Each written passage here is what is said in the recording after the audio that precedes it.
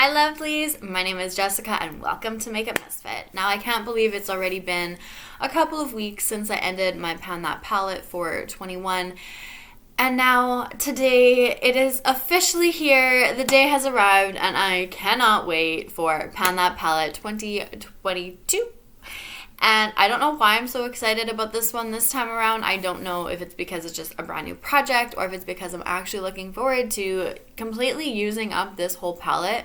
Even though I've only had it for just over a year or so now, I am ready to get really good use on it and completely use up every single shadow in this palette, and this one I know I will. So if you don't know what palette I'm talking about, if you did not watch my pan reveal video, the palette that I chose to pan for 2022 is this baby right here. So that's upside down. This is my Viseart Midsommer palette, and I feel like this would be such a good palette for me, especially this time of year, because this color story and the winter and this color story and me in the winter just go hand in hand. So I am very much looking forward to using this palette over the next few months.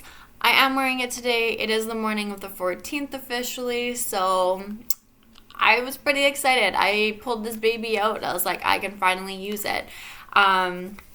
This is what the color story looks like, and as you can see, there's a shade that's missing right here. That is the cream shade that I have been using to set down my lids, and even though I've been using that shade every single day, I've been holding back from using this palette with any other shade except for this one.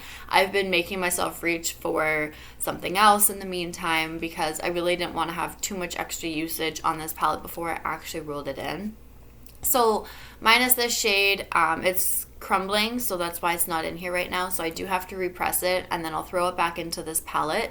The rest of this palette looks exactly the same. Like I said, I did use it this morning already, but there is no change between what it looked like last time and this month. So this is the only other shade in this palette that has any pan in it. So my goal for this is to expand this and hopefully take out this whole corner, or at least hit the top or side pan before the very first update. And as for the rest of this palette, this shimmer shade is the only one that has a dip. But I don't know if I'll be able to hit pan on that or any of these other shades before the first update. What I'm using today is these two in my transition and crease. This is on my outer, and this is all over my lid. So this is the duochrome, and this seems to be the one that I always just gravitate towards. So even though this has a dip, we'll see if I end up actually hitting pan on this before the first update. I'm not sure. I don't really want to set any goals for this palette. I just want to use it and see how it goes. The only reason I'm setting a goal for this one is because there's already the pan in there, and just because of where the pan is and where my brush just happened to hit it, I feel like it's not going to be too difficult for me to hit the top or the side, or maybe even clear out that corner.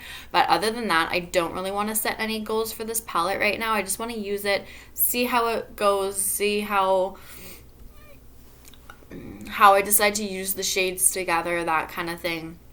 I do have a feeling that these two will probably be some of the last, just because I seem to gravitate towards these ones as my transition, my crease, my outer. I could use this one as my outer V as well if I'm wanting more of just like a brown neutral look instead of something mauve, or just mix these two together. So I am actually looking forward to coming up with different combinations, even though there may not be a whole ton in here. There's enough, and I'm planning on hopefully doing pan those eyeshadows in a couple of months, so it'll be interesting at that point, if I do decide to try and combine those shades with this palette as well, because I would like to use this palette with other stuff and not feel like I'm just stuck to using the shades in here with each other. So it's a very short video, but that's okay. I am super excited. I've already got my first use on this. So I do have my notebook that I will be keeping track in. Just 1 second, I'll grab that. Okay, so this is the notebook that I am using to keep track of this project. There are going to be a couple of projects in this notebook, but the very first one, I have my Alice in Wonderland project pan in here, so that's why it just opens to that page. So at the very beginning, this is kind of what it's looking like right now. I don't really know how much you can see. Don't mind the drawing, it's absolutely horrible. So the lighting, it's just completely blocking it out. Okay, so basically, can we see that? So basically what I'm doing is I have a little legend. So a line is going to be that I've hit pan, and then an X is going to be that I've completely finished it. So in the drawing, even though it's really hard to see, I accidentally marked the third shade instead of the second shade.